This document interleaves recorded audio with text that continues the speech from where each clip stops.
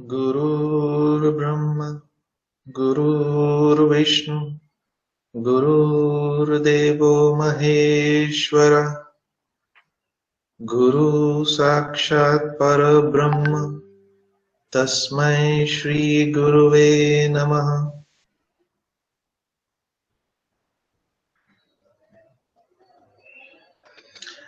सभी आत्मीय बंधुओं को सादर प्रणाम और पुनः इंद्रप्रस्थ लॉज के सभी ऑफिस बेयरर्स और मेंबर्स को धन्यवाद कि उन्होंने यहाँ आमंत्रित किया और कुछ विचार शेयर करने के लिए मुझे मौका दिया। लेकिन एक बात जो मैं यहाँ क्लियर करना चाहूंगा कि आज हम लोग जो अध्ययन करने जा रहे हैं, रादर डिस्कशन करने जा रहे हैं, उसमें मेरे अपने विचार कम, बट जो हमसे अग्रणी अग्रज थियोसॉफिस्ट हुए हैं, मेनली महात्मा लेटर्स और एचपी ब्लवास्की जी, एनी बेसेंट जी, उन्होंने जो इस विषय में लिखा है उसको पढ़ के उसको एक सरल तरीके से आप सबके समक्ष प्रस्तुत करने का ये एक प्रयास है। और जहां कहीं थोड़ा बहुत कुछ अपने विचार से, चिंतन से उसमें कुछ और आयाम प्रस्तुत करने का मौका है, तो वो भी कहीं कहीं ऐसा किया है। क्योंकि आज का जो विषय है वो हम लोगों ने पिछली बार कुछ पढ़ा था, हिंदू जो रिलीजन है, सनातन धर्म है, उसकी सिंबोलॉजी, एलेगोरीज के बारे में। वो स्वयं में एक ऐसा विषय था जो हमें गहराई में जाने पर सनातन धर्म की वैज्ञानिकता का प्रमाण देता है। आज का जो विषय है वो हमें और भी गहरे में ले जाता है, और इसको हम जितना पढ़ते हैं उतना ही हमें लगता है कि हमें कितना कम आता है या हम कितने अज्ञानी हैं इस विषय में। इसीलिए जो आज हम पढ़ेंगे उसको इसलिए भी उसको समझना थोड़ा महत्वपूर्ण है कि थियोसॉफी को भी हम कहीं कोई एक धर्म ना बना दें। जैसे अलग अलग धर्मों को हमने उनके शास्त्रों को, स्क्रिप्चर्स को पढ़ लिया, याद कर लिया, या उसका हम पाठ कर लेते हैं तो हम समझते हैं हमारा काम पूरा हो गया। कहीं थियोसॉफी को भी हम ना वो बना दें। इसीलिए थियोसॉफी के प्रकाश में जब हम अपने धर्मों को पढ़ते हैं, उनके विज्ञान को समझते हैं, तो हमें उस धर्म का और उसका प्रभाव अपने जीवन में और अधिक मालूम चलता है। और इसीलिए थियोसॉफी वो कुंज है जिसके माध्यम से हम न केवल अपने धर्म को, जिसको हम फॉलो करते हैं, बल्कि दूसरे धर्मों को भी और गहराई से समझ के, और इन सभी धर्मों में जो एक सूत्र है, जो सूत्रात्मा है, जो इन सबको एक सिरे में बांधता है, उसको हम जब समझने का प्रयास करेंगे तो हमें इस डिवाइन प्लान की जो वर्किंग है वो और भी अचंभित और प्रेरित करेगी।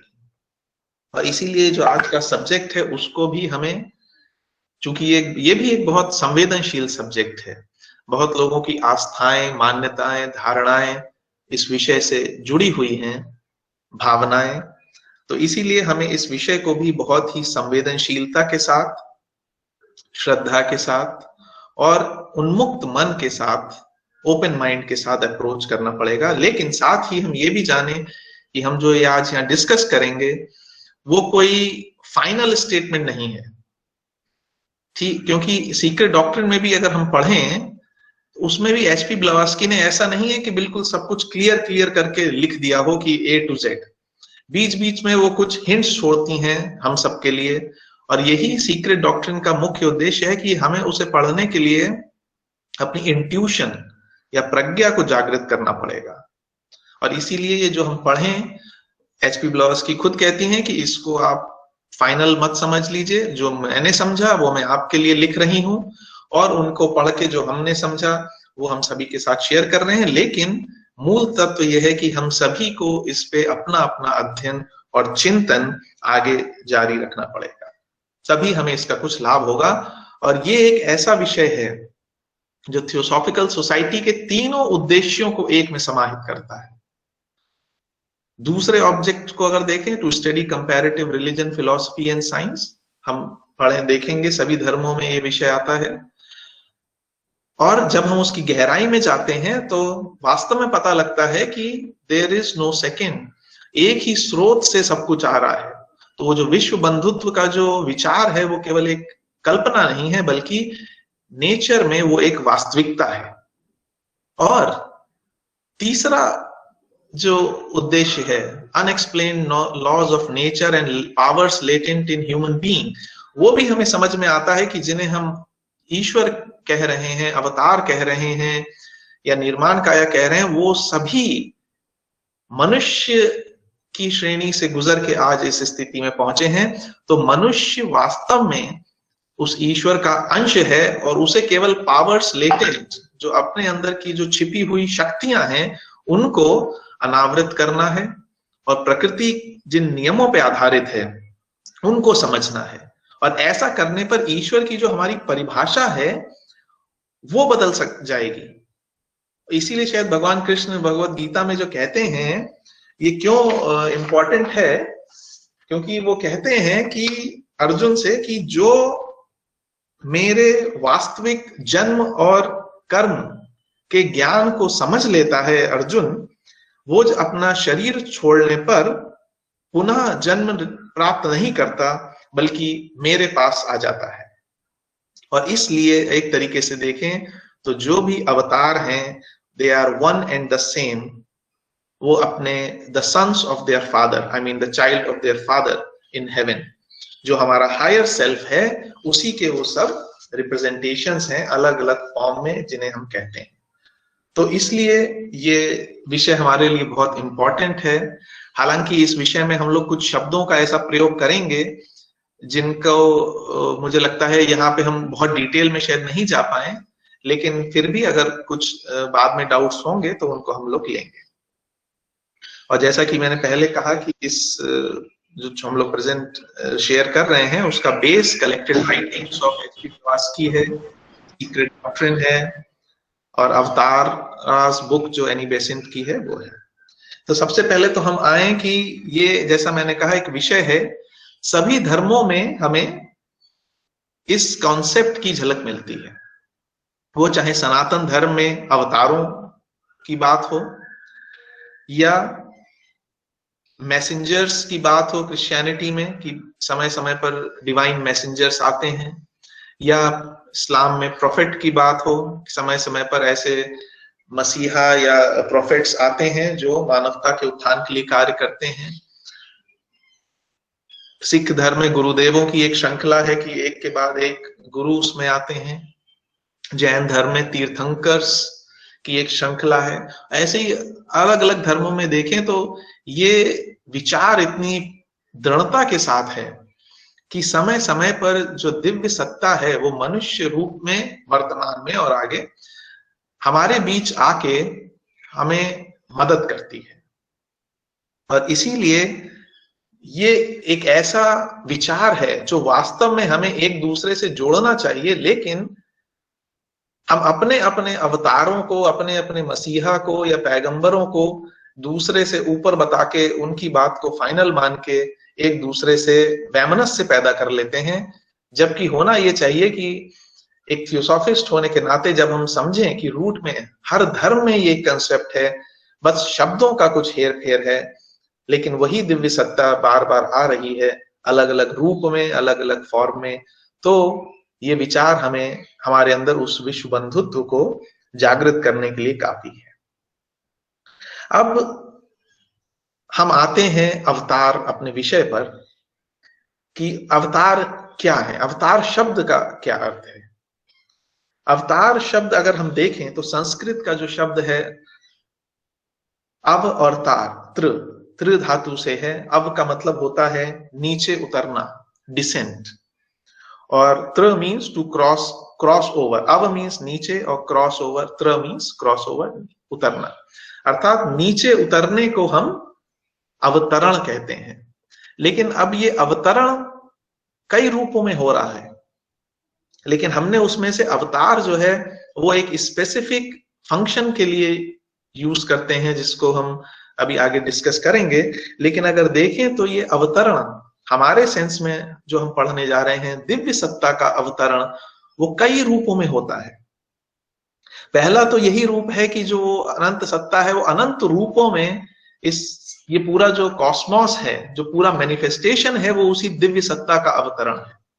कैसे वो नथिंगनेस से बीइंग में आता है, उसका अवतरण होता है, जिसे हम कहते हैं कण कण में भगवान है, और वापस जब प्रलय भी हो जाती है तो भी जो पदार्थ बचता है वो भी वही दिव्य सत्ता है। तो एक अवतरण तो वो है जिसे हम कहते हैं सहस्त्र शीर्षा पुरुषः सहस्त्राक्षा सहस्त्रपाद सबूमिं विश्वतो वृत्वा अत्यतिष्ठ दशांगुला, अर्थात उसके हजारों सिर हैं, हजारों हाथ हैं, हजारों आंखें हैं, वो हर जगह यहाँ व्याप्त है, वो एक अवतरण है। लेकिन उसकी बात यहां हम नहीं कर रहे हैं। दूसरा एक अवतरण है जो जनरल मनुष्य है। जनरल मनुष्य का भी अवतरण हो रहा है, लेकिन उसको हम अवतरण नहीं कहते हैं, हम उसको पुनर्जन्म कह देते हैं। क्योंकि एक आम मनुष्य में भी वो जो उसका हायर सेल्फ है, टर्मिनोलॉजी का अगर हम यूज करें, उसका जो ईश्वरीय तत्व है वो भी नीचे उतर रहा है, वो भी नीचे के अणु परमाणु कलेक्ट करके astral body, mental body, physical body में आ रहा है, जी रहा है। लेकिन फर्क यह है कि वो अभी कर्म से बंधा हुआ है।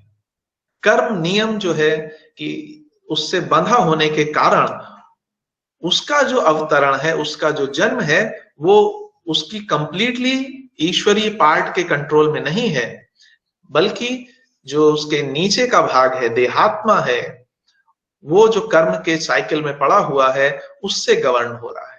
इसलिए उसको भी हम अवतार की श्रेणी में नहीं रखते हैं, लेकिन है वो भी अवतरण। तीसरा है एक जिस पे हम लोग आगे बात करेंगे जब हम मिस्ट्री ऑफ बुद्धा पे बात करेंगे, वो है जो सिद्ध संत, एडेप्ट्स या निर्माण काया, जो अपने इच्छा से, अपने विल से मानव मात्र के कल्याण के लिए जन्म लेते हैं। और ऐसे सिद्ध संतों के जो शिष्य भी कुछ होते हैं, इनिशिएट, जो अभी ट्रायल पे हैं, जो अभी पूर्ण सिद्धत्व पे नहीं प्राप्त हुए हैं, वो भी अपने कर्मों को काटने के लिए जल्दी और मानवता की भलाई के लिए अपनी इच्छा से नीचे उतरते हैं। वो भी एक अवतरण है, लेकिन यहां हम लोग उसकी बात तब करेंगे जब हम मिस्ट्री ऑफ बुद्धा में आएंगे। अभी हम लोग चौथे जो विषय है अवतार, उनके बारे में बात कर रहे हैं कि अवतार अर्थात दिव्य चेतना जब पूरी कॉन्शियसनेस के साथ, लेयर्स ऑफ कॉन्शियसनेस के साथ नीचे उतरती है, समय समय पर मानव मात्र के कल्याण के लिए, उसको हम कुछ भी नाम दें, शिव, विष्णु, ब्रह्मा, आदि बुद्धा, किसी भी नाम से हो, वो जब नीचे उतरती है तो उसको हम अवतार कहते हैं। और ये एक तरीके से इसको ये डिफरेंस समझना आवश्यक है कि ये जो अवतार है, ये जो डिसेंट है, it is the descent of manifested deity, यानी ईश्वर का डिसेंट है, लोगोस का या कारण आत्मा का, नॉट द परब्रह्मन। वो ब्रह्म, पर ब्रह्म जो कि निराकार है, निर्गुण है, उसका अवतरण नहीं है, बल्कि जिसे हम ईश्वर कहते हैं, जिसको टी सुब्बा राव ने भी कहा है कि it is descent of Ishwar uniting himself with human soul.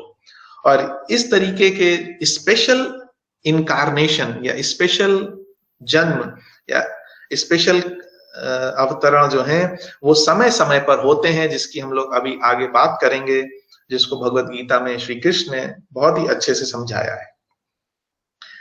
लेकिन अगर देखें तो एनी बेसेंट इसको बहुत सिंपलीफाई करके बताती हैं कि ये भी जो दिव्य सत्ताएं अवतरित हो रही हैं, ईश्वर जिन्हें हम कह रहे हैं, वो हैं कौन?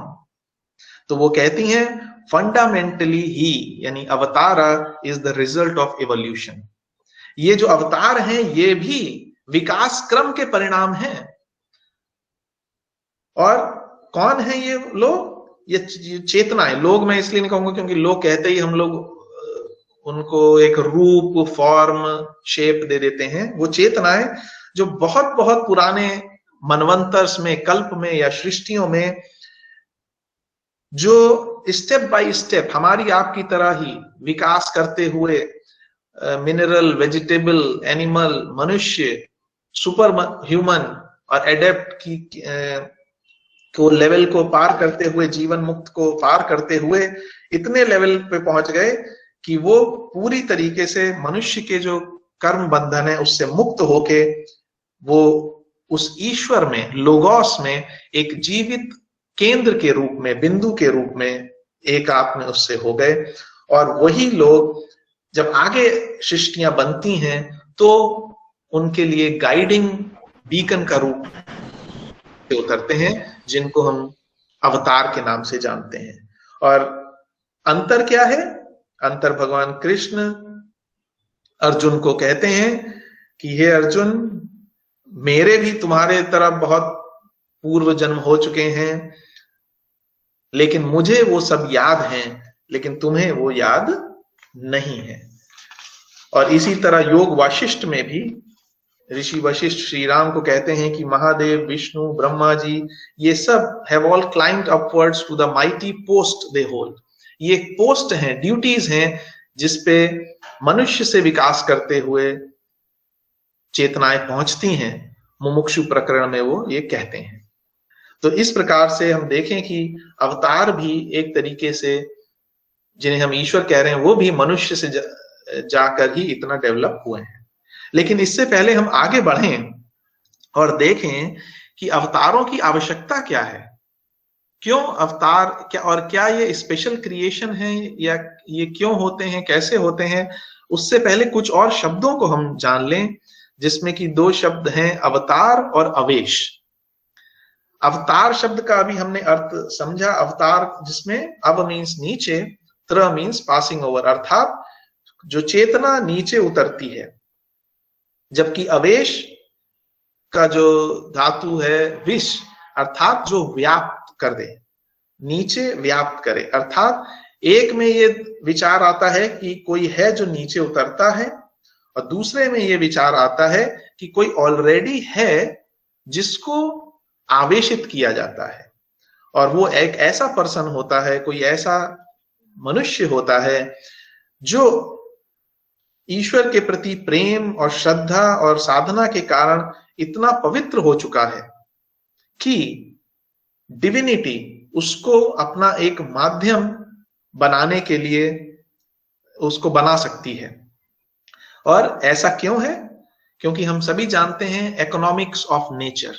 नेचर में कोई भी चीज बर्बाद नहीं होती है, या जैसे हम लोग समझते हैं कि केयरलेसनेस वाली जो बात है, ऐसा नहीं होता है। इसलिए एक अवतार को लेने में भी क्या क्या लिमिटेशंस हैं, उसको जब हम जानेंगे तो हम समझेंगे कि अवेश की क्या जरूरत है।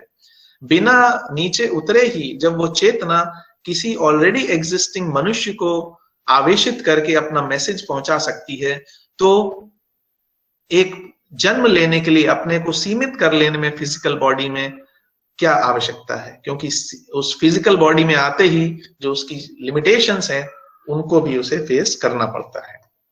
और इसीलिए अवेश में हम देखेंगे, अवेश अवस्था जो होती है उसमें उस व्यक्ति का जो जीवात्म ईगो है, आई मीन जो पर्सनल ईगो है, जो कॉजल बॉडी है, वो रहती है, जो इंडिविजुअलिटी है।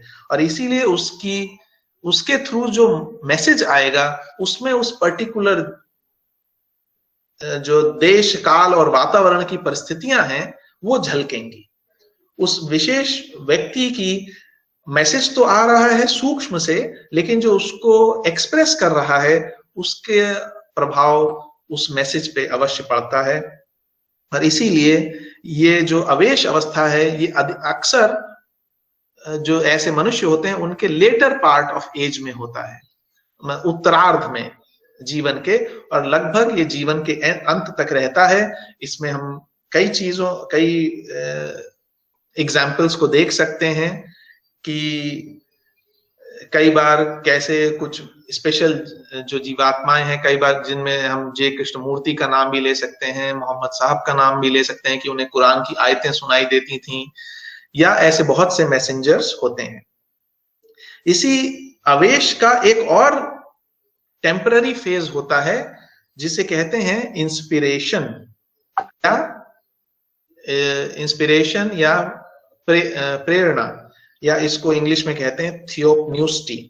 ये एक और पार्शियल थिंग है, ज्यादा टेम्पररी है, जिसमें कि जो डिवाइन पावर है वो नीचे उतरती है, कुछ देर के लिए हमारे हायर मनस और लोअर मनस को प्रकाशित करती है, और उतनी देर वो जो व्यक्ति है वो पूरी अथॉरिटी के साथ बोलता है, पूरे ज्ञान के साथ बोलता है, और लेकिन जैसे ही वो जो प्रकाशित होना है वो वापस होता है, वो व्यक्ति समझ नहीं पाता कई बार कि ये जो मैंने बोला, ये जो मैंने लिखा, ये मैं कैसे लिख लिया। क्योंकि कई बार मेरे ख्याल से हम लोग को भी ये एक्सपीरियंस होता होगा कि कई बार हम कुछ चीजें लिख जाते हैं, बोल जाते हैं, और बाद में जब हम कुछ सालों बाद उन्हें पढ़ते हैं, देखते हैं, तो हमें ये लगता ही नहीं कि अरे ये हमारे द्वारा लिखी गई है, ये जरूर किसी न किसी दैवीय प्रेरणा से हमने लिखी है। तो इसमें भी वो प्रॉफिट्स आ सकते हैं जो समय समय पर संसार में उन्होंने ज्ञान दिया है और हम सबका मदद किया है। लेकिन यहाँ पे ये समझने वाली बात है कि कई बार अक्सर जिसे हम ईश्वर की प्रेरणा कह देते हैं या ईश्वर का अवतरण कह देते हैं, वो हमारा ही जो हायर सेल्फ है, जो हमारा आत्म बुद्धि है, मोनैड है, वो ही हमारे मनस को प्रकाशित करता है जब हम उस दिशा में जीवन जी रहे होते हैं। और हम चूंकि उसको अभी समझते नहीं है, हम उसको ईश्वर या गॉड का नाम दे देते हैं। एक और शब्द दो आते हैं जिसको एनी बेसेंट ने यूज किया है, पूर्ण अवतार और अंश अवतार। पूर्ण अवतार, अंश अवतार तो हम समझ ही रहे हैं कि जिसमें पार्शियल मैनिफेस्टेशन हो, लेकिन पूर्ण अवतार में एनी बेसेंट जी दो चीजों को बताती हैं कि पूर्ण अवतार वो अवतरण है जिसमें कि जो अवतार है वो किसी भी समय अपने विल से या योगा के माध्यम से अपनी उस सीमाओं को किसी भी क्षण लांघ सकता है। यानी वो हर समय पूरे ज्ञान में है, पूरे योग में है, और किसी भी समय अपने विल के द्वारा, संकल्प के द्वारा उस अवस्था के बियॉन्ड जा सकता है। जैसे कि हम लोग श्री कृष्ण के जीवन में देखते हैं कि ऐसी कुछ सिचुएशंस आती हैं जिनका रेफरेंस आता है 2 या 3 बार, जब वो अपने केवल इस फिजिकल बॉडी के बियॉन्ड उन्होंने अपना विश्व रूप जिसे कहते हैं उसके माध्यम से उन्होंने मैसेज दिया। और अंश अवतार वो हैं जिसमें कुछ लेवल पे पर्दा अभी रहता है, और जो अवतार है वो भी एक तरीके से अभी एक लीला कर रहा है, पार्टली कहीं पे लीला है, कहीं पे ज्ञान, उसको कॉन्शियसनेस है। जैसा कि हम लोग देखते हैं कि अगर श्री राम के बारे में देखें तो वो एक आइडियल किंग के रूप में अपनी जो उसको निभा रहे हैं, लेकिन जगह जगह पर जब हम देखते हैं कि उनका मनुष्य रूप में जो बिहेवियर है वो भी कुछ मैसेज देने के लिए है, उसको हम लोग आगे देखेंगे कि उनका क्या पर्पस था आने का। तो ये तो एक बाहर का रीजन हो गया। एक एसोटेरिक रीजन जो है जिसे एनी बेसेंट कहती हैं कि पूर्ण अवतार या अंश अवतार में जो अंतर है, पूर्ण अवतार जो है वो डायरेक्टली महाविष्णु तत्व का अवतरण है, बिना किसी के बीच में आए हुए। जबकि जो अंश अवतार है उसमें हमेशा जो हमारे प्लैनेट के जो लोगोस हैं, जो हेड हैं, वो उनके माध्यम से होता है। इसको हम ऐसे ही समझ लें जैसे कोई हेडक्वार्टर है किसी कंपनी का या किसी भी ऑर्गेनाइजेशन का, मान लीजिए दिल्ली में, और उसकी कई जगह इंडिया में ब्रांचेस हैं और हर ब्रांच का अपना कोई हेड है। तो अगर कोई छोटे लेवल की सिचुएशन है या उस जो वहां का जो फ्रेंचाइजी का जो हेड है, ब्रांच का जो हेड है, वो डील कर सकता है या करता है, तो वहां से काम हो जाता है। लेकिन अगर कोई ऐसी स्थिति है या कोई ऐसा साइकिल का परिवर्तन होने जा रहा है, जहां कोई बहुत बड़ा परिवर्तन लाना है, तो वहां पे हेडक्वार्टर से कोई व्यक्ति आके उस जगह का निर्णय या कुछ चीजों को संभालता है, क्योंकि उसके जो क्षेत्र है कार्य का वो और अधिक है। तो इसीलिए वो कह रही हैं कि जो पूर्ण अवतार है वो महाविष्णु तत्व का डायरेक्ट अवतरण है।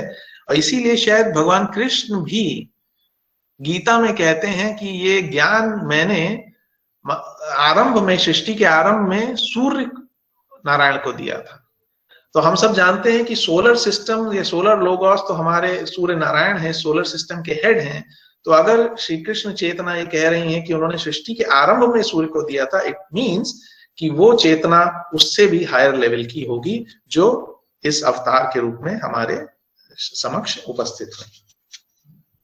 अब इन शब्दों को थोड़ा बहुत जानने के बाद अब हम आते हैं कि अवतारों की आवश्यकता क्यों होती है।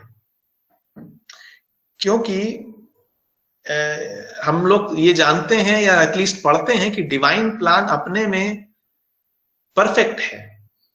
तो अगर परफेक्ट है तो फिर ये अवतारों को आने की क्या जरूरत पड़ जाती है बीच बीच में? ये ऐसा स्पेशल क्रिएशन क्यों हो जाता है जब दिव्य सत्ता को बीच में आना पड़ता है? इसको हम समझेंगे, लेकिन कि उसके कारण क्या है। लेकिन उससे पहले एक चीज और, एक और छोटे कारण को देखें कि कोई भी चीज कितनी भी अच्छी क्यों ना हो, कोई भी ज्ञान, कोई भी फिलॉसफी कितनी भी हाई प्योर क्यों ना हो, लेकिन जैसे जैसे समय बीतता जाता है वैसे ही वैसे वो ज्ञान पे कुछ ना कुछ जनरेशंस आफ्टर जनरेशंस पर्दे पड़ते जाते हैं। जो लोगों की अंतर प्रज्ञा है वो कम होती जाती है, और जो लोग केवल रिपीट करने वाले हैं बिना उसके अर्थ को समझे हुए, वो बढ़ते जाते हैं। भीड़ के मध्य में जो कुछ लोग जानने वाले हैं उनकी संख्या कम होती जाती है, और केवल धीरे धीरे समय आता है जब उसमें बहुत सारी चीजें जुड़ती जाती हैं उस फिलॉसफी में, उस ज्ञान में, जो कई बार लोग अपने स्वार्थ की वजह से जोड़ देते हैं। और एक समय ऐसे आ जाता है कि जब अधिकांशता केवल कुछ रीति रिवाज, वो जो फिलॉसफी है वो केवल कुछ रीति रिवाजों, कस्टम्स तक सीमित हो जाती है। जैसा हमने पिछले टॉक में डिस्कस किया था कि कुछ जो सिंबल्स, एलेगोरीज हैं उसी को हम सत्य मान बैठते हैं, उसके पीछे का जो ज्ञान है उसको नहीं फॉलो करते हैं। तो ऐसे में, ऐसी अवस्था में उस सत्य को पुनर्स्थापित करने के लिए एक ऐसी सत्ता की आवश्यकता पड़ती है जो ना केवल उस सत्य को जानता हो बल्कि वो शक्ति भी रखता हो जो उस सत्य को मानवता के मन में पुनर्स्थापित कर सके। और इसी सत्ता को हम लोग अवतार कहते हैं। और यही कारण है अक्सर हम देखें कि एक अवतार के रूप में कोई आए या ज्ञानी के रूप में आए तो उसका सबसे पहला विरोध जो होता है वो विरोध धर्म में ही जो एक कहना चाहिए हायरार्की बन गई है, जिन्हें हम पादरी कहें, मौलाना कहें, प्रीस्ट कहें, जिन्होंने जो धर्म को आजीविका का साधन मान लिया है। हालांकि धर्म ज्ञान का साधन है, उसके माध्यम से किसी की आजीविका चले तो कोई प्रॉब्लम नहीं। जब धर्म के नाम पे हम पूरी तरीके से लोगों को एक्सप्लॉइट करने लगे, तब इसीलिए जब अवतार या कोई जीवन मुक्त ऋषि सत्य का उद्घोषणा करता है तो सबसे पहले यही जो लोग हैं वो उसका विरोध करते हैं। वो चाहे बुद्ध हो, वो चाहे कृष्ण हो। देखिए श्री कृष्ण ने भी, देखिए जब गोवर्धन पूजा की शुरुआत कैसे कराई, सब लोग जब इंद्र देवता की पूजा करते थे तो श्री कृष्ण ने भी आके यही मैसेज दिया कि क्यों हम उनकी पूजा कर रहे हैं, पूजा करनी है तो आप प्रकृति की कीजिए जो हमें इतनी सारी चीजें दे रही है। तो कहते हैं कि जब श्री कृष्ण ने ऐसा किया तो इंद्र भगवान नाराज हो गए, और इंद्र भगवान अर्थात जो कर्मकांड की प्रक्रिया को चलाने वाले हैं, और उन्होंने खूब वर्षा की, और लेकिन बाद में वो हमें सत्य समझ में आया। तो इस प्रकार जो ये अवतार आते हैं ये इस प्रकार ज्ञान को पुनर्स्थापित करने के लिए आते हैं। लेकिन अब जैसा कि मैंने पहले कहा कि कारण क्या है, क्यों ये विकृत आ जाती है। अगर हमने कोई बहुत अच्छी चीज प्रेजेंट कर दी है तो वो अच्छी ही क्यों नहीं बनी रहती, इसके दो कारण एनी बेसेंट बताती हैं। पहला कारण ये है सत रज तम गुण, जो कि इस प्रकृति के इन्हीं तीन गुणों के इंटर कोर्स से या इंटरैक्शन से ये सब कुछ चल रहा है। लेकिन जब ईश्वर, जिसे हम लोगोस कह रहे हैं, जो हमारे ब्रह्मांड के ईश्वर हैं, थोड़ा सा पूर्व में जाएं, तो जब उन्हें अपने इस ब्रह्मांड, इस सोलर सिस्टम का निर्माण करना होता है, तो जो मटेरियल उनके पास होता है वो उनको पुराने मनवंतरों से, कल्प से जो चला आ रहा है वही उनके पास होता है। उस पदार्थ से ही उन्हें अपने इस सौर मंडल का निर्माण करना है। तो पहली जो लिमिटेशन, इवन ईश्वर की लिमिटेशन हुई, इसीलिए थियोसॉफी में बड़ा क्लियर आया है कि लोगोइक चेतना भी जो है, जो ईश्वर भी हैं, वो भी एक लेवल पे विकास कर रहे हैं, क्योंकि वो पूरे सौरमंडल के इंचार्ज हैं, उनको उस सौरमंडल को चलाना है और उसके माध्यम से उनका विकास हो रहा है। हालांकि वेदांत में तो ईश्वर को एक तरीके से Ishwar plus maya is equal to Parabrahm कह दिया था।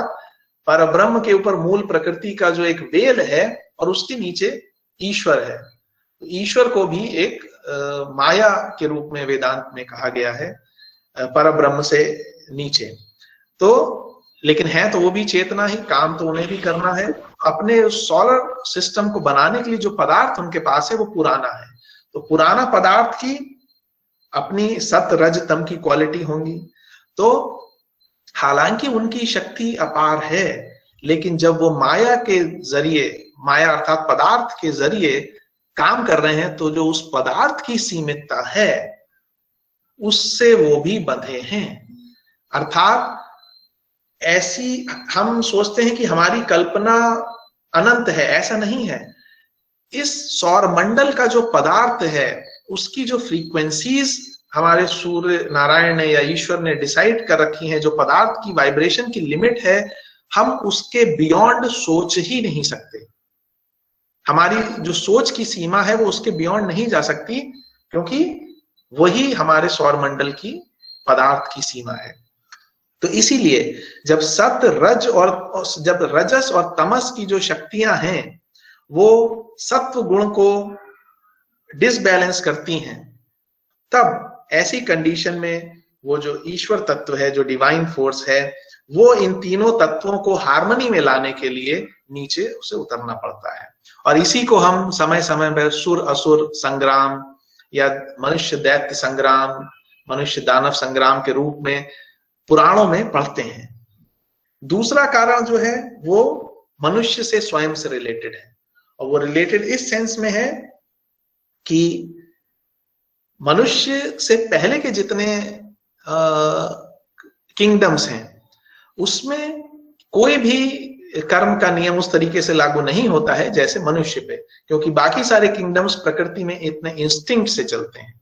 लेकिन मनुष्य किंगडम में आते ही जो हमारी फ्री विल है, हमारी चिंतन की शक्ति है और हमारे अंदर वो जो ईश्वरी तत्व है, उससे मनुष्य एक्चुअली नेचर में एक फ्री एजेंट के रूप में कार्य करता है, और फिर वो बुरे, गलत और सही रास्ते पर भी जा सकता है। हालांकि अपने आप में गलत और सही कुछ नहीं है, लेकिन विकास करने के लिए गलत और सही की परिभाषाएं मनुष्य के लिए बड़ी आवश्यक हैं। तो ऐसे में क्योंकि जब तक गलत की परिभाषा हम नहीं जानेंगे, गलत को नहीं जानेंगे, तो उससे फ्रिक्शन करने में हमारी स्ट्रेंथ डेवलप नहीं होगी, क्योंकि उस बुराई का भी उतना ही उपयोग है हमारे विकास में। अगर हमारे सामने बुराई नहीं आएगी तो हमारे अंदर की जो अच्छाई है वो कैसे बाहर निकलेगी।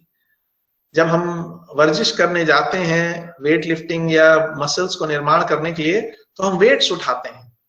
क्यों? क्योंकि जितना अधिक हमें वेट उठाएंगे उतना ही हमारी मसल्स को काम करना पड़ेगा। तो जितने ही ज्यादा हमारे सामने विपरीत परिस्थितियां आएंगी उतना ही हमारे अंदर की शक्ति बाहर निकलेगी। और यही कारण है कलयुग में मनुष्य को आध्यात्मिक मार्ग पे चलने के लिए सबसे सबसे अधिक संभावनाएं हैं, अगर वो इस बात को पहचान ले। क्योंकि अगर आप सतयुग में हैं या कंपैरिजन करें कलयुग से, तो वहां तो सब कुछ आपको एक बहुत ही कन्वीनियंट स्थिति है कि भाई हमारे घर में सभी लोग एक तरीके की सोच वाले हैं, सभी लोग आध्यात्मिक हैं, तो ठीक है, उसमें तो आपको अंदर की कोई शक्ति बाहर निकल ही नहीं रही है, क्योंकि आपको एक बहुत ही कंफर्टेबल माहौल मिला हुआ है। लेकिन कलयुग में जब हर स्टेप पे, हर जगह आपको अपने अंदर की उस मॉरलिटी को, नैतिकता को बचाने के लिए एक युद्ध करना पड़ता है, तो वो जो चांसेस हैं अंदर की शक्ति बाहर आने के लिए, वो बहुत बढ़ जाते हैं। लेकिन इसी में जब ये शक्ति बहुत ज्यादा बुराई की तरफ निकल जाती है, क्योंकि मनुष्य इज अ फ्री एजेंट, तो जब बहुत उस लेवल पे जाने लगती है, जैसे कि फोर्थ रूट रेस में हुआ, तो द प्रेजेंस ऑफ एक अवतार या एक ऐसी शक्ति की आवश्यकता आती है जो पुनः बैलेंस को स्थापित करे। और इसी को श्री कृष्ण भगवद गीता में कहते हैं कि यदा यदा ही धर्मस्य ग्लानिर्भवति भारत अभ्युत्थानम अधर्मस्य तदात्मानं सृजाम्यहम्।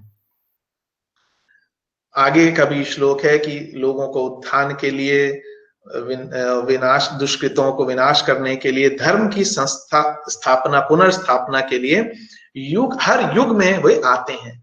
यहां वो कह क्या रहे हैं, एक्चुअली वो कोई, अगर इसको हम स्टेटमेंट की तरह देखें तो हम अलग समझेंगे, लेकिन अगर इसको हम एक नियम की तरह समझें, इसका मतलब प्रकृति में अवतारों की भी व्यवस्था है, और ये व्यवस्था जिसे हम कहते हैं प्रोविजन, इसको हम लोग आगे समझेंगे। अभी महाविष्णु तत्व की जो हम लोगों ने बात की है कि वो क्या है, आगे देखेंगे कि इसका मतलब अवतार भी कोई ऐसा नहीं है कि डिवाइन प्लान में कोई अचानक गड़बड़ी आ गई और उसको सुधारने के लिए कोई स्पेशल क्रिएशन हुआ, नहीं। ये सब उस डिवाइन प्लान का पार्ट है कि ऐसे ऐसे जाके जब कभी ऐसी स्थिति आ सकती है, तो ऐसे में एक किसी का उतरना आवश्यक होता है। और इसीलिए आप देखें तो युगों के हिसाब से अवतारों की व्यवस्था हर धर्म में है। बुद्ध समय समय पर कहते हैं कि हर रूट रेस के लिए एक बुद्ध है, और जब तक अगले बुद्ध नहीं आ जाते तब तक वो अपना काम करते रहते हैं। और ये भी नहीं है कि श्री कृष्ण केवल हम समझें कि विष्णु जी के अवतार हैं, फीमेल देवी माँ के अवतार होते हैं और दुर्गा माँ के अवतार होते हैं। अलग अलग रूपों में वो शक्तियां हैं जो अपने आप को मैनिफेस्ट करती हैं, शरीर वो चाहे स्त्री का हो या पुरुष का। तो ये एक संक्षेप में एक भूमिका थी। अब हम लोग आते हैं साइंटिफिक एस्पेक्ट्स ऑफ द अवताराज इन सनातन धर्म। अभी हम लोगों ने देखा, अवतारों की बात की, और समय समय पर अवतार होते हैं और उसको हम काफी श्रद्धा के साथ समझते हैं, अध्ययन करते हैं, और हमारी बहुत अधिक डिवोशन रहता है। लेकिन इसको हम एक दूसरे नजरिए से देखें, जैसा हमने पिछले टॉक में बात किया था कि हर चीज के पीछे, सनातन धर्म में अधिकांश चीजों के पीछे एक वैज्ञानिकता छुपी हुई है। और ये जो कहानियां, कथाएं, एलेगोरीज, पैराबल्स हम पढ़ते हैं, उनके पीछे कोई ना कोई विज्ञान ऐसा है जिसको अगर हम समझ लें, कम से कम इंटेलेक्चुअल लेवल पर, तो हमारी जो श्रद्धा है, या किसी जिसे कहें अभी हमें अंधश्रद्धा है, वो विवेकपूर्ण श्रद्धा में बदल जाएगी। और फिर हम उसको, अगर कोई उसको नहीं समझ पा रहा है उस वैज्ञानिकता को, तो हम उसको भी समझा सकते हैं। और जैसा कि मैंने पहले भी कहा था कि आजकल की जो जनरेशन है उसको वैज्ञानिकता या का कारण जब पता चल जाता है, तो वो उसके लिए इन चीजों को समझना बहुत आसान है। और यही बात को हम अवतारों में भी देखेंगे कि अवतारों की जो एक श्रृंखला है, उसके पीछे भी एक वैज्ञानिक इंटरप्रिटेशन है। और ये इंटरप्रिटेशन सर्वप्रथम 1877 में HP ब्लावास्की जी ने अपनी पुस्तक आइसिस अनुभव, जो सत्व है वो यही है कि एक चीज खत्म हो रही है, वहां से जो जीवों को है बीज फॉर्म में लाने के लिए वो मनु जी उस मत्स्य अवतार के माध्यम से आते हैं। और मत्स्य अवतार क्यों कहा गया है? क्योंकि उस वाटर्स ऑफ स्पेस, स्पेस का रूपी जो पानी है, पानी में केवल जो प्राणी उत्पन्न होता है सबसे पहले वो वर्टिब्रेट्स होते हैं। First class of vertebrates evolved in water, जिसको कि हम लोग सिल्यूरियन एज कहते हैं साइंस की भाषा में, जहां केवल फिश फॉर्म जो है वो पॉसिबल है। तो मत्स्य अवतार, उसके बाद कूर्म अवतार अर्थात जिसे हम टॉर्टॉइज या टर्टल कह सकते हैं। कूर्म की क्या विशेषता है? वो जल और थल दोनों पे रह सकता है, जल में भी थल में भी। तो अब हम और एक चीज वो कूर्म अवतार से और बहुत महत्वपूर्ण है, कूर्म अवतार ही जो है उन्होंने क्या काम किया था, जो मंदराचल पर्वत को जब जो समुद्र मंथन की जब आवश्यकता पड़ी, देखिए समुद्र एक is a symbolism of space, उसके मंथन की जब आवश्यकता पड़ी तो मंदराचल पर्वत को लाया गया, लेकिन वो फिसलने लगा तो कूर्म अवतार ने अपना बेस उसको प्रदान किया। और वासुकी नाग वो रस्सी थे और एक तरफ सुर एक तरफ असुर। ये क्या है? सब सिंबोलिज्म है कि जब नया कल्प आरंभ हो रहा है, नई सृष्टि आरंभ हो रही है, तो उसके लिए नई स्पीशीज को क्रिएट करना पड़ेगा। वो स्पीशीज कैसे क्रिएट होंगी?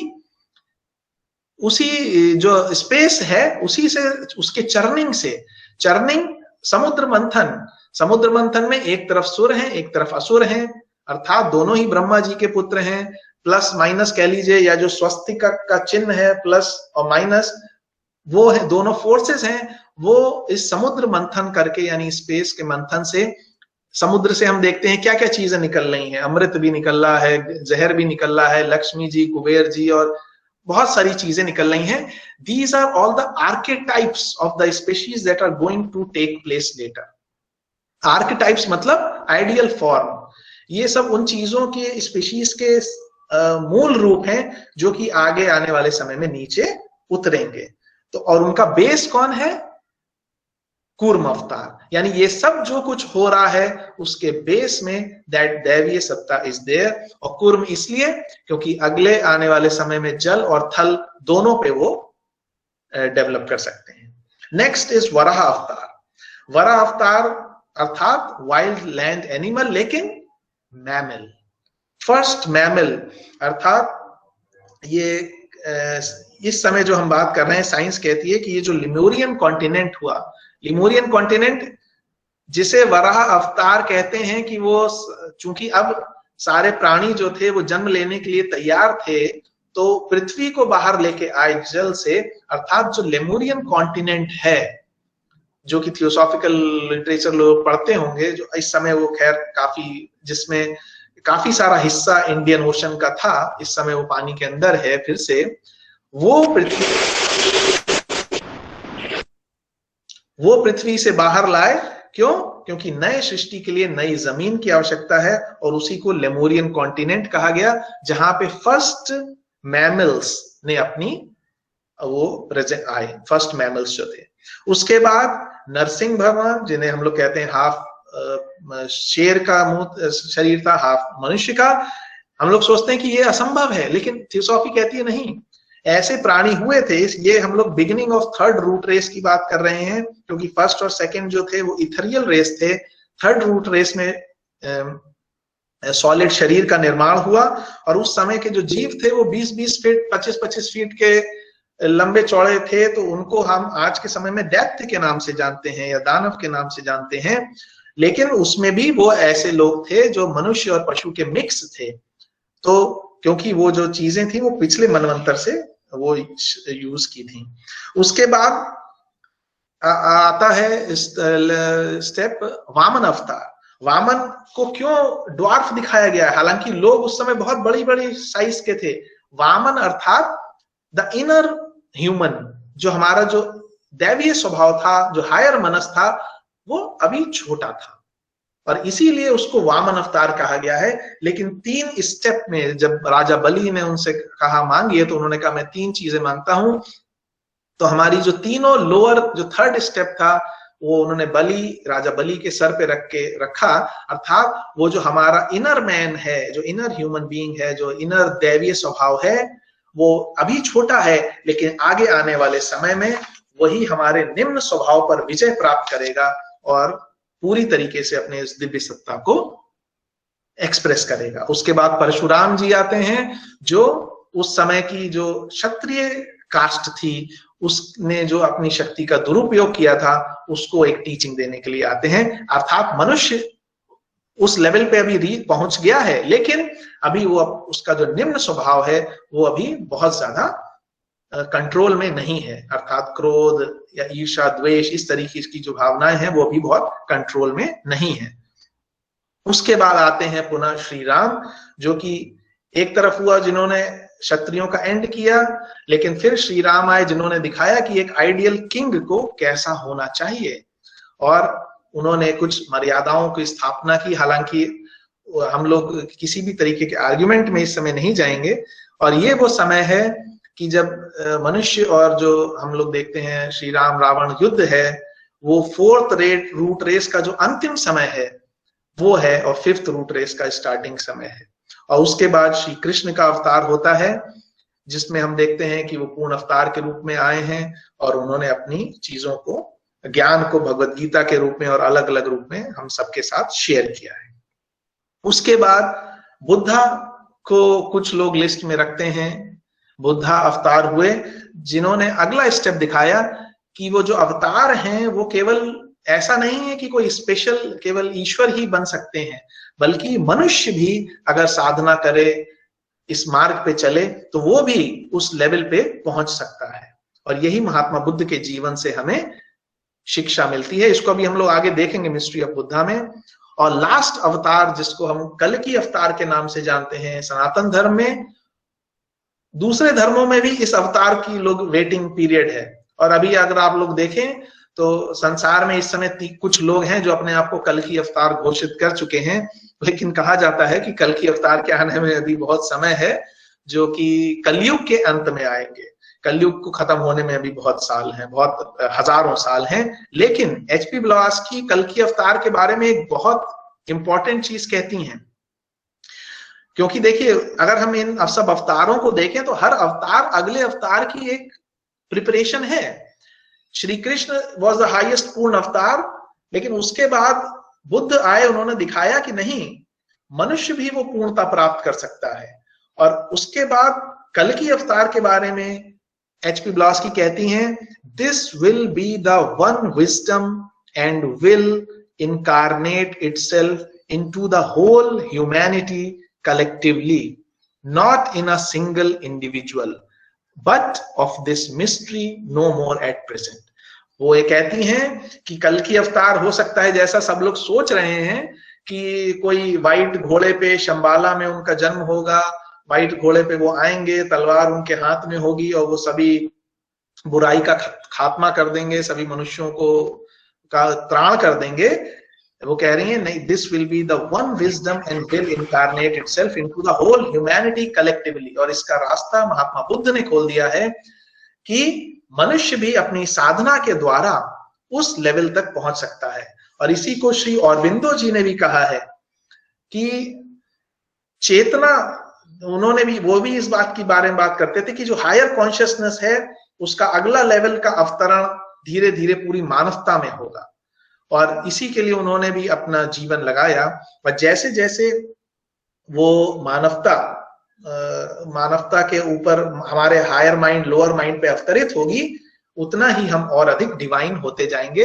और जो लोग इसको नहीं करेंगे वो स्वयं ही अगले विकास क्रम से हटा दिए जाएंगे, जिसको थियोसॉफी में जजमेंट डे नहीं, जजमेंट डे तो क्रिश्चियनिटी में या इस्लाम में कहा जाता है कयामत का दिन। थियोसॉफी में कहा गया है नेक्स्ट राउंड में एक समय ऐसा आएगा कि अगर कोई व्यक्ति इस पर्टिकुलर लेवल तक नहीं पहुंचा है विकास क्रम के, उसकी बुद्धि डेवलप नहीं हुई है, बुद्धि अर्थात विश्व बंधुत्व की भावना डेवलप नहीं हुई है उसके अंदर, तो उसको उस विकास क्रम से हटा दिया जाएगा और अगले विकास क्रम के लिए उसको फिर वेट करना पड़ेगा जब वो फिर से पैदा हो। तो यही हम देखते हैं कि जो अवतार हैं उनके पीछे का जो छुपा विज्ञान है, वास्तव में वो मनुष्य के विकास क्रम के बारे में इस पृथ्वी पर बता रहे हैं। तो इस दृष्टि से अगर हम देखें तो हम इसको बहुत गहराई में जा सकते हैं। अब हम आते हैं दूसरे पार्ट पर, मिस्ट्री ऑफ बुद्धा। क्योंकि महात्मा बुद्ध के बारे में भी बहुत सारी ऐसी चीजें हैं जो हम लोग पढ़ते हैं, जानते हैं, लेकिन थियोसॉफी में एचपी ब्लवात्स्की जी की राइटिंग से हमें कुछ चीजें ऐसी पता चलती हैं जो बाहर से कुछ और दिखती हैं और अंदर जाने पे उनका अर्थ हमें बिल्कुल अलग समझ में आता है। तो पहला तो यही मिस्ट्री है कि Mahatma Buddha, whether he was an avatar या जीवन मुक्त, कि वो जीवन मुक्त ऋषि थे या अवतार थे। तो एक तरीके से देखा जाए तो वो दोनों ही थे। एचपी ब्लवात्स्की कहती है बल्कि अवतार से भी अधिक थे। अवतार गौतम बुद्ध को माना जाता है एक सेंस में, और वो किस सेंस में अभी हम देखेंगे, लेकिन वो कहती हैं कि वो जीवन मुक्त भी थे, क्योंकि अवतार और जीवन मुक्त का जो अंतर है, अवतार इज, जैसा हमने बात की, वो अवतरण हुआ, यानी कोई चीज रेडी थी और वो अवतरित हो गई। और जीवन मुक्त जो ऋषि है या संत है, सिद्ध संत है, वो अपने प्रयासों से, साधना के द्वारा जीवन मुक्त बनता है। भले ही अवतार की शक्तियां और जीवन मुक्त ऋषि की शक्तियां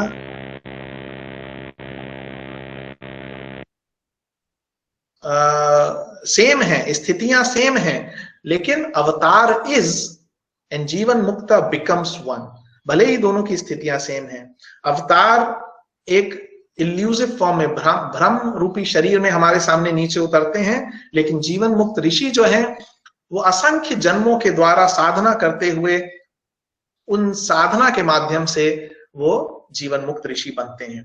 तो इसीलिए वो कह रहे हैं। लेकिन अब अगर महात्मा बुद्ध के बारे में देखें तो उन्होंने तो बहुत साधना करके ही प्राप्त किया, तो उन्हें अवतार कैसे कहा जाता है, इसके बारे में ये एक श्री अरबिंदो जी भी कहते हैं। वो कहते हैं कि Buddha deliberately forgets his divinity so that he can rediscover it, showing humanity the path to God realization in the process। अर्थात ये भी एक तरीके से हम लीला का हिस्सा कह सकते हैं कि भले ही वो अवतार के रूप में आए थे, ध्यानी बुद्ध ने एक मनुष्य गौतम बुद्धा के रूप में अवतरित हुए, लेकिन हमें टीचिंग देने के लिए वो जानकर उन्होंने एक उस पे अपना पर्दा डाल लिया, चेतना पे, और फिर साधना के माध्यम से उसी अवस्था को प्राप्त किया, हमें दिखाने के लिए कि ऐसा संभव है, ताकि अगले आने वाले अवतार के लिए प्रिपरेशन हो सके, जिसे हम कहते हैं कल की अवतार, अर्थात जिसमें मनुष्य अपने अपने एफर्ट से उस स्थिति को प्राप्त करेगा। और इसी को हम लोग जानते हैं कि, लेकिन अक्सर ये होता है जो हम लोग सुनते हैं कि जो हिंदू धर्म है उसमें महात्मा बुद्ध को या तो अवतार माना नहीं जाता है विष्णु जी का, और ना ही जो बुद्धिस्ट हैं वो महात्मा बुद्ध को विष्णु जी का अवतार मानते हैं। और जो हिंदू धर्म में भी मानते हैं वो कहते हैं महात्मा बुद्ध जो हैं वो हिंदुओं को भ्रमित करने के लिए आए, कैसे उन्हें धर्म से हटा दिया जाए, क्योंकि महात्मा बुद्ध की जो टीचिंग्स आमतौर पे समझी जाती हैं वो ब्राह्मण धर्म के अगेंस्ट हैं, कि आत्मा नहीं है या इस तरीके की जो बातें हैं।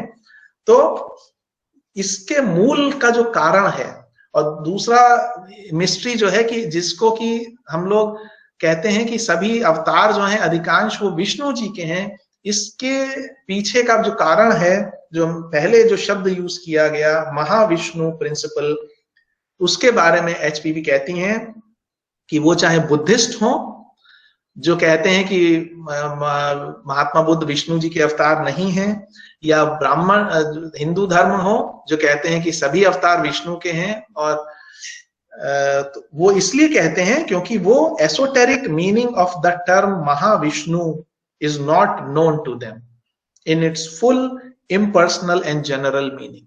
जो महाविष्णु तत्व है, जो कि महाविष्णु तत्व अर्थात which is not the God of that name.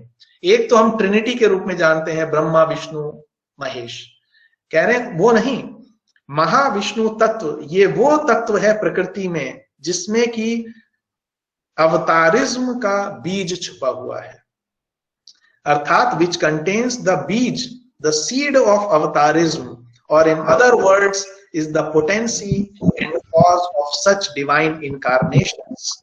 All the world saviors, the bodhisattvas and the avataras are the trees of salvation grown out from the one seed, the beej और महाविष्णु। तो ये जो महाविष्णु तत्व है, जैसा पहले बात कही थी, प्रकृति में भी प्रोविजनिंग है, वो पार्ट ऑफ डिवाइन प्लान है कि अगर तो वो बीज है, और उसी बीज पे का जो वृक्ष है उस पे अलग अलग समय पे ये जो अवतार जिसे हम कहते हैं वो सभी इसी महाविष्णु तत्व से आते हैं।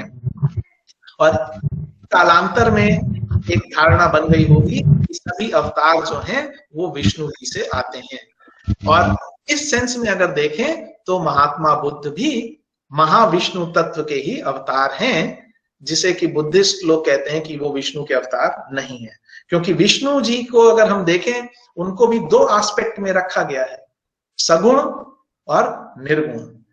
सगुण में तो विष्णु जी वो हैं जिनकी सब लोग पूजा करते हैं, उनके रूप की पूजा करते हैं और भक्ति भाव में लोग रहते हैं, वैष्णव जन जो हैं जिनको हम जानते हैं। लेकिन दूसरे एस्पेक्ट में निर्गुण विष्णु जो हैं, he is the culmination of the totality of spiritual wisdom in the universe, अर्थात निर्वाणा। निर्गुण विष्णु क्या है? वो परम सत्ता है। देखिए यहाँ पे हम शब्दों को लिमिट ना रखें, हम कहें निर्गुण विष्णु तो विष्णु जी शिव जी से ऊपर हो गए या ब्रह्मा जी से ये हो गए, इन सब में हम ना पढ़ें, क्योंकि ये शब्द भी अपने आप में कई बार अलग अलग रूपों में यूज होते हैं। हम ये समझें कि वो जो चेतना है वो it is the collective spiritual wisdom of the universe, जिसको हम निर्वाणा कहते हैं, और जिसको कि सभी लोग, वो लोग जो कि फिलोसॉफिकल हैं, ध्यान मार्गी हैं, ज्ञान मार्गी हैं, जानने का प्रयास करते हैं। और इस रूप में देखें तो लॉर्ड बुद्धा भी, महात्मा बुद्ध भी उसी महाविष्णु तत्व के अवतार हुए हैं। तो ये तो एक पहली मिस्ट्री हो गई। दूसरी मिस्ट्री या तीसरी मिस्ट्री को हम एक साथ ले लेंगे क्योंकि समय हो चुका है, और वो और भी महत्वपूर्ण है, क्योंकि उसको जानने के बाद हम जानेंगे कि बाहर से जो चीजें हमें दिखती हैं उनका अंदरूनी एस्पेक्ट कितना अलग है। पहला तो ये कहा जाता है कि महात्मा बुद्ध ने कभी अपना जो पृथ्वी का जो क्षेत्र है उसको छोड़ा नहीं है, और वो बार बार जन्म लेते हैं लामाओं के शरीरों में, और समय समय पर अपनी शिक्षाएं मतलब बार बार जन्म लेते रहते हैं। फिर ये भी कहा जाता है कि गौतम बुद्धा ने ही आदि शंकराचार्य के रूप में पुनर्जन्म लिया, या क्या गौतम बुद्ध और आदि शंकराचार्य में कोई रिलेशन है। और अंत में हम देखेंगे कि अगर बुद्ध यहाँ नहीं है तो वो कहाँ है। इसको जानने के लिए हमें थोड़ा सा प्रिपरेशन ये करनी होगी, ये शब्दों को, 3 शब्दों को समझने के लिए, जिसे कि मास्टर्स एंड द पाथ में भी कहा गया है। एचपी ब्लॉवस्की ने भी अपने राइटिंग में लिखा है कि जब कोई मनुष्य सिद्ध हो जाता है तो उसके सामने 7 रास्ते खुलते हैं एनलाइटनमेंट के बाद। हम लोग सोचते हैं एनलाइटनमेंट ही खत्म हो गया, मतलब एंड हो गया जर्नी का, नहीं, उसके बाद भी 7 रास्ते खुलते हैं, और उसमें 3 रास्तों का जो नाम बताया गया है उसमें उन्होंने कहा है, एक है धर्म काया, एक है निर्माण काया, और एक है संभोग काया। संभोग काया की अभी हम लोग समय के लिमिटेशन के चलते ज्यादा बात नहीं करेंगे, लेकिन हम लोग धर्म काया और निर्माण काया के बारे में बात करेंगे। ये तीनों बुद्धिक बॉडीज कही हैं एचपी ब्लॉवस्की ने। बुद्धिक बॉडीज या काया अर्थात जो चेतना है वो बुद्धिक कवर में, स्लाइट वेल में है। धर्म काया क्या है? जब कोई सिद्ध हो गया, एडेप्ट हो गया, तो हम जानते हैं कि जो हमारा आत्मा बुद्धि मोनाइड है वो हर लेवल पे, हर लोक पे अपना एक एक अणु रखता है, जिसको हम लोग परमानेंट एटम कहते हैं, मानसिक जगत में, एस्ट्रल जगत में, फिजिकल जगत में।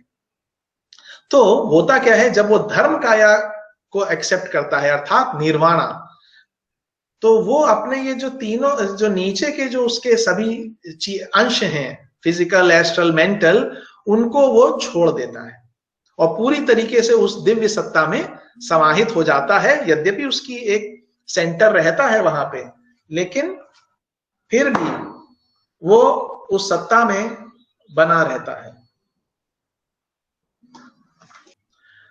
Sorry for the interruption. तो हम लोग धर्म काया की बात कर रहे थे कि धर्म काया जो है वो अपने नीचे के तत्वों को पूरा छोड़ देता है और फिर उसके पुनर्जन्म या वापस जन्म लेने की जो संभावनाएं हैं वो समाप्त हो जाती हैं। लेकिन यहां वो कह रहे हैं एचपी ब्लॉवात्स्की कि वो जो अपने अंश को छोड़ के जाता है, वो जो उसके अंश हैं एस्ट्रल या जो लोअर पर्सनैलिटी है, वो इतने पवित्र हो चुके होते हैं, हमारा हर एक जो अंश है, कि उनका नाश नहीं होता है। हमारी आपकी तरह जो शेल्स हैं वो धीरे धीरे नष्ट हो जाते हैं, नहीं। लेकिन जो धर्म काया है, जिसके वो अंश इतने पवित्र हो चुके हैं, वो कह रहे हैं कि ये उस सिद्ध संत की शक्ति में है कि before entering into the state of nirvana can cause his remains to remain behind. और रिमेन बिहाइंड के बाद वो जो पीछे रह जाते हैं वो कैसे काम करते हैं, ये सबसे महत्वपूर्ण समझने वाली बात है। तभी हम गौतम बुद्ध और श्री शंकर के रिलेशन को समझ पाएंगे। वो कहते हैं कि जो इन केसेस ऑफ हायर एडेप्टशिप, जब कोई बहुत एडवांस्ड सिद्ध संत हो जाता है, जब उसका जो अंदरूनी मनुष्य है वो पूरी तरीके से उसके कंट्रोल में है, when the spiritual ego is completely reunited with its seventh principle, अर्थात बुद्धि और आत्मा पूरी तरीके से एक हो जाते हैं, the personal ego has become so purified that he has gradually assimilated all the qualities and attributes of the middle nature. That personal ego substitutes itself for the spiritual higher self and is thenceforth capable of living an independent life on earth. ये बहुत महत्वपूर्ण चीज है समझने की, कि उस advanced stage में जब आत्मा बुद्धि जो मोनैड है वो पूरी तरीके से एक हो गए हैं, और जो उसका पर्सनल ईगो है, जिसकी हम लोग लोअर सेल्फ की बात करते हैं, उसने आत्मा बुद्धि के सभी जो एसेंस है उसको अपने में एब्जॉर्ब कर लिया है।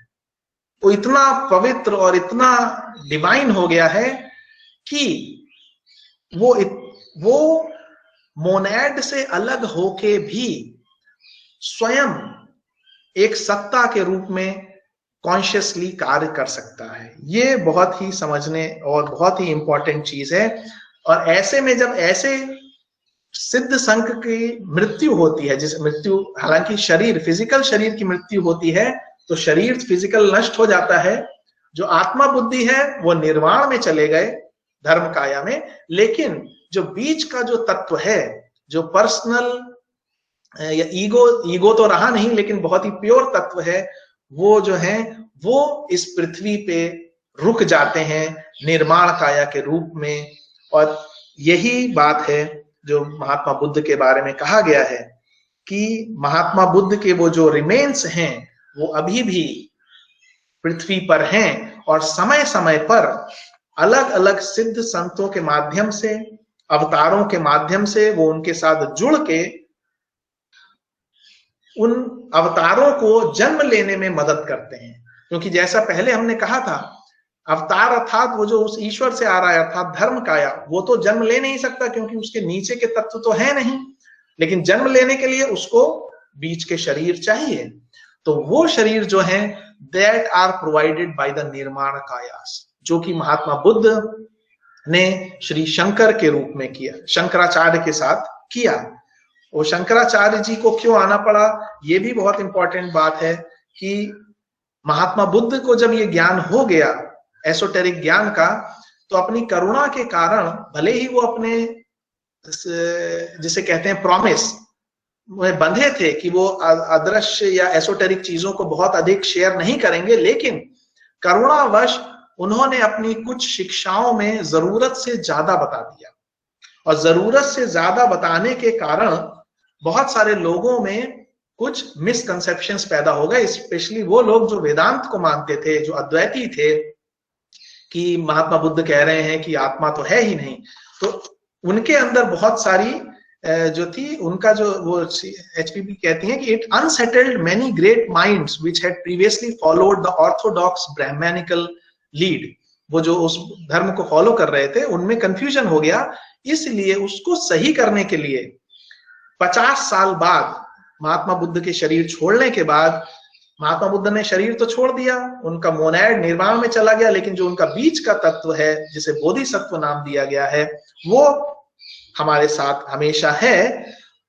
तो जब शंकराचार्य, जिन्हें की कहा जाता है जो 4 कुमाराज हैं, 4 कुमार हैं, सनक, सनंदन, सनत कुमार, सनातन, उनमें से सनातन जो थे वो नीचे उतरने का उन्होंने डिसीजन लिया ताकि वो इस भ्रम को दूर कर सकें, क्योंकि वास्तव में देखा जाए तो बुद्ध धर्म की शिक्षाएं और सनातन धर्म की एसोटेरिक शिक्षाएं एक ही हैं। HPB बहुत क्लियरली कह रही हैं कि जो वेद ऋषियों को प्राप्त हुए वही वेद महात्मा बुद्ध ने भी सुने, लेकिन उन्होंने उसमें आई हुई जो कर्म कांड और बाद की जो एडिशंस थे उनको एक्सेप्ट करने से इनकार कर दिया।